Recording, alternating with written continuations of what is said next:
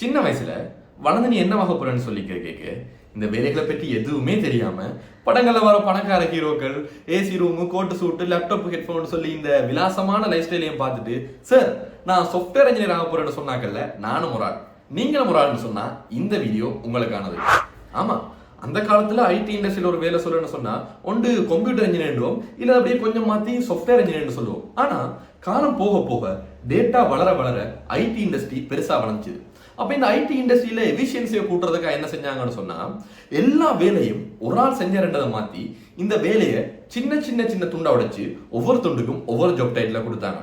இப்ப ஐடி இண்டஸ்ட்ரியில front end engineer, back end engineer, data engineer, cloud engineer, system engineer, data analyst, business analyst, data scientist, DevOps, QA சொல்லி எக்கச்சக்கமான job title இன்னைக்கு இருக்குது.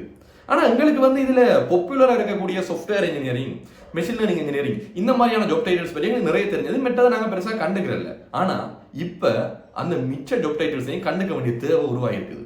ஏன்னு சொன்னா ஒன்று எங்கட ஸ்கில் செட்டுக்கும் எங்கட இண்டஸ்ட்ரிக்கும் பொருத்தமான வேலை, இதை தாண்டி இந்த மிச்ச ஜாப் டைட்டில்ஸ் ஒன்றா இருக்கிறதுக்கான வாய்ப்பு இருக்குது. அது ஒன்று. இதை விட முக்கியமானது என்னன்னு சொன்னா இப்ப எல்லாருமே கம்ப்யூட்டர் சயின்ஸ் தான் படிக்கிறோம். எங்களுக்கு சாஃப்ட்வேர் இன்ஜினியர் வேலை தான் வேணும், மெஷின் லேர்னிங் இன்ஜினியர் வேலை தான் வேணும்னு சொன்னா அவ்வளவு பேருக்கும் வேலை எங்க இருக்குது? அவ்வளவு பேருக்கு வேலை இல்லை. வேலை இல்லைன்னுட்டு வீட்டை போய் வேலை இல்லாம இருக்கிறதோ இல்ல ஏதோ ஒரு கம்பெனில கிடைத்த சம்பளத்தோட ஒரு வேலையை பார்க்கறதோ விட எங்களுக்கு பிடிச்ச இந்த ஐடி இண்டஸ்ட்ரியில எங்கட ஸ்கில் செட்டுக்கு பொருத்தமான ஒரு நல்ல சம்பளத்துல ஒரு வேலையை பார்க்கறது நல்ல ஆப்ஷன் சொல்லி நிறைய பேர் தேட ஆரம்பிச்சுட்டாங்க. அந்த வகையில ஒரு ஐடி இண்டஸ்ட்ரியில சாஃப்ட்வேர் டெவலப்மெண்ட் ப்ரொசீஜர்ல ஒரு தவிர்க்க முடியாத பாட்டா இருக்கக்கூடிய இந்த பிசினஸ் அனலிஸ்ட் என்ற வேலையை பற்றி பார்க்கலாம். பிசினஸ் அனலிஸ்ட் யார்? அவங்க என்ன செய்வாங்க? அவங்க கோடெல்லாம் அடிக்க மாட்டாங்களோ? இப்ப நானும் பிசினஸ் அனலிஸ்ட் ஆகலாமா? அதுக்கு நான் என்ன படிச்சிருக்கணும்? என்னென்ன ஸ்கில்ஸ் இருக்கணும்? ஒரு வேளை நான் அப்படியே பிசினஸ் அனலிஸ்ட் ஆகிட்டேன்னு வைங்க, எனக்கு எவ்வளவு சம்பளம் தருவாங்க? இந்த மாதிரியான கேள்விகளுக்கு என்னென்ன பதில் இருக்குன்றத ஒரு என்ட்ரி லெவல் பிசினஸ் அனலிஸ்ட் பெர்ஸ்பெக்டிவ்ல இருந்து நான் சொல்லாம இருக்கேன். வாங்க வீடியோக்குள்ள போலாம்.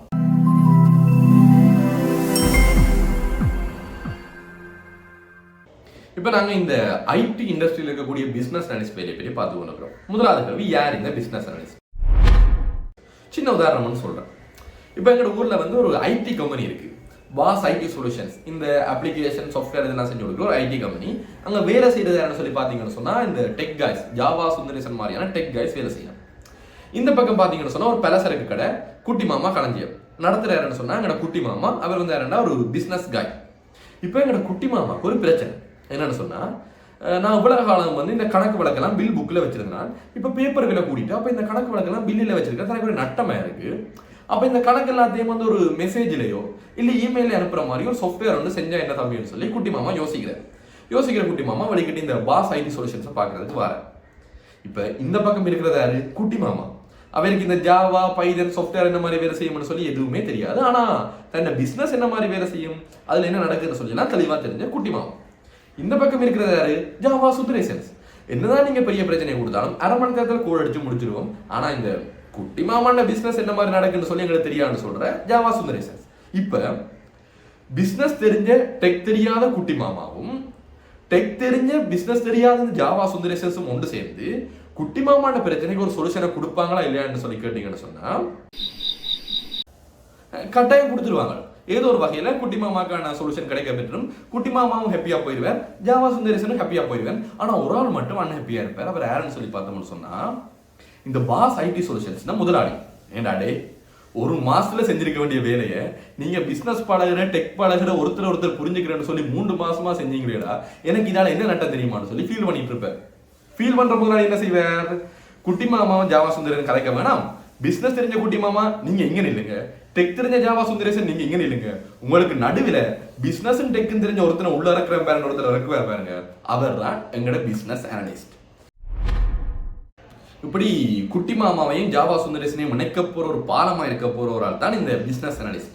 இந்த பிசினஸ் அனலிஸ்ட் முதலாவது என்ன செய்வாருன்னு சொன்னா வழிகிட்டு குட்டி மாமாட்ட போவார்.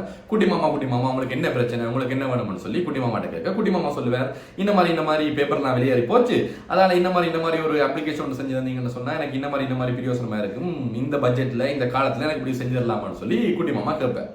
அப்ப கேட்ட பிறகு பிசினஸ் அனலிஸ்ட் என்ன செய்வாருன்னு சொன்னா அவர்கிட்ட பிசினஸை அனலைஸ் பண்ண ஆரம்பிப்பார். ஒரு நாள் வழிகிட்ட அந்த கடைக்கு போய் குட்டி மாமாட்ட கடை என்ன, ஓகே ஒரு நாளைக்கு எத்தனை பேர் வெறியினம், வாராக்கள் நேரம் வார எல்லாட்டையும் ஃபோனும் இமெயிலும் இருக்கா அப்படின்னு சொல்லி அந்த விஷயங்களை ஸ்டடி பண்ணுவார். அதோட குட்டி மாமா ஆசைப்பட்டு கேட்ட இந்த சொல்யூஷன் நாளைக்கு குட்டி மாமாக்கே ஆப்பா போயிருமோ, இதே மாதிரி வேற ஆக்கள் சொல்யூஷன் கேட்ட வரைக்கும் நாங்கள் என்ன செஞ்சு கொடுத்துருக்கிறோம், அதெல்லாம் அவருக்கு என்ன மாதிரி வேலை செய்யணும்னு சொல்லி எல்லா விஷயத்தையும் வடிவா ஸ்டடி பண்ணி ஒரு டீடைல் டிசைன் டாக்குமெண்ட் ஜாவா சுந்தரேசனுக்கு புரியுற மாதிரி செய்வார். செய்கிற அந்த டாக்குமெண்ட்டை ஜாவா சுந்தரேசனை கொண்டு போய் கொடுக்கணும். ஜாவா சுந்தரேசனும் தனக்கு தெரிஞ்ச விஷயங்களை சொல்லுவார். டெக்னிக்கலாக தனக்கு இருக்கிற பிரச்சனைகள், ஓகே இவ்வளோ காலத்தில் செய்யலாது, இந்த பட்ஜெட்டுக்குலாம் செய்யலாது, இந்த மாதிரி பிரச்சனை வரும்னு சொல்லி அவர்கிட்ட சைட் விஷயங்களையும் சொல்லுவார். இப்படி எல்லாம் ரெண்டு பேருக்கு முடியல மிஸ் அண்டர்ஸ்டாண்டிங்ஸ் எல்லாம் உருவாகும். அந்த நேரத்தில் குட்டி மாமாண்ட பக்கமும் நிற்காம ஜாவா சுந்தரேசன பக்கமும் நிற்காம ரெண்டு பேருக்கு நடுவில் நின்று ஒரு எத்திக்கலி இந்த பிரச்சனைக்கு, இந்த காசுக்கு, இந்த காலத்துல எது ஒரு பெஸ்ட் சொல்யூஷனா இருக்கும், எஃபிஷியன்டான சொல்யூஷனா இருக்கும், ஃபியூச்சர்ல எது பாவிக்கப்படுற ஒரு விஷயமா இருக்கும்னு சொல்லி வடிவா ஸ்டடி பண்ணி இந்த சொல்யூஷனை ஃபைனலைஸ் பண்ணி முடிக்கிறது பிசினஸ் அனலிஸ்ட் முக்கியமான முதலாவது வேலையா இருக்கு. இப்படி ஃபைனலைஸ் பண்ண அந்த சொல்யூஷனை ஜாவா சுந்தரேசன் டெவலப் பண்ற அவ்வளவு காலமும் ஜாவா சுந்தரேசனோடய இருந்து இடையில ஜாவா சுந்தரேசனுக்கு வர டவுட்டுகள், இதை நான் அப்படி செய்யவா இல்லை எப்படி செய்வான்னு போதெல்லாம் ஒரு பதிலை சொல்லி அவ்வளோ டெவலப் பண்ணி முடிச்ச சொல்யூஷனை எடுத்து ஃபுல்லா டெஸ்ட் பண்ணி கொண்டு போய் குட்டி மாமாட்ட கொடுத்து, குட்டி மாமா நீங்க கேட்ட சொல்யூஷன் இதுதான், எல்லாம் சரியா இருக்கா, ஆர் யூ ஹாப்பின்னு சொல்லி அவரை ஹாப்பி கஸ்டமரா வழி அனுப்பி வைக்கிற வரைக்கும் ஒரு பிசினஸ் அனலிஸ்ட் வேலை இருக்க போகுது. அடுத்ததா இருக்கிற கேள்வி என்னன்னு சொன்னா, இப்ப நானும் பிசினஸ் அனலிஸ்ட் ஆகலாமா, எனக்கு என்ன தெரிஞ்சிருக்கணும்னு சொல்லி கேட்டா, இப்போ இது படித்தா மட்டும்தான் நான் பிஸ்னஸ் அனலிஸ்ட் ஆகிடலாம்னு சொல்லி இங்கே எதுவுமே இல்லை. இப்போ நான் ஒரு கம்ப்யூட்டர் சயின்ஸ் ரிலேட்டடாக படித்தேன், நான் ஒரு பிஸ்னஸ் அனலிஸ்ட் ஆகலாம். இப்போ நீங்கள் பிஸ்னஸ் ரிலேட்டடாக பிஸ்னஸ் சயின்ஸ் மாதிரி விஷயங்கள் படிச்சீங்கன்னு சொன்னால் நீங்களும் பிஸ்னஸ் அனலிஸ்ட் ஆகலாம். இல்லை இன்னொரு நாள் வரேன், நான் இவ்வளோ காலமே ஒரு டொமைனில் இப்படி வேலை செஞ்சேன்னா எனக்கு இப்படி ஒரு எக்ஸ்பீரியன்ஸ் இருக்குன்னு சொன்னால் அவரும் அந்த டொமைன் ரிலேட்டடான ஒரு ஐடி கம்பெனியில் பிஸ்னஸ் அனலிஸ்ட் ஆகிடலாம். ஸோ படிப்பில் இந்த கோர்ஸ் தான் படிச்சிருக்கோம்னு சொல்லி இந்த விஷயங்கள் இல்லை. ஸ்கில் ரிலேட்டடாக நாங்கள் என்னன்னு சொல்லி பார்த்தோம்னு சொன்னால், கம்பெனிஸில் மெயினாக எதிர்பார்க்குற விஷயம் முதலாவது இந்த அனலிட்டிக்கல் அண்ட் லாஜிக்கல் திங்கிங் என்ற விஷயம். இப்போ இந்த குட்டி மாமா கதை சொன்ன மாதிரி எங்கள்கிட்ட ஒரு கிளையன் வர, அவர் ஒரு ப்ராப்ளமோட வரேன்னுக்கு அது என்ன ப்ராப்ளம், என்னத்தால் அந்த ப்ராப்ளம் வந்தது, இதுக்கு என்னென்ன வகையான சொல்யூஷன்ஸ் இருக்கு, இத்தனை சொல்யூஷன்ஸ்ல இதுதான் பெஸ்டான சொல்யூஷன் ஏன்னு சொல்லி அந்த லெவல் ஆஃப் திங்க் பண்ற ஒரு திங்கிங், அந்த விஷயங்களை முதலாவது செக் பண்ணுவாங்க. ரெண்டாவது கம்யூனிகேஷனோட நாங்கள் யூஸ் டஸ்டி புஷன் இங்கிலீஷ் கதைக்கணுமா, அதெல்லாம் எனக்கு வராது அப்படிலாம் நாங்கள் இங்கே யோசிக்க தேவையில்லை. இப்போ எப்படி நான் ஒரு ப்ராப்ளம்க்கான சொல்யூஷன் என் மைண்டில் இருக்குதோ அதை நான் அடுத்த ஆட்களுக்கு விளங்கப்படுத்த தானே வேணும், நான் யோசிக்கிற விஷயங்களை சொல்ல வேணும்.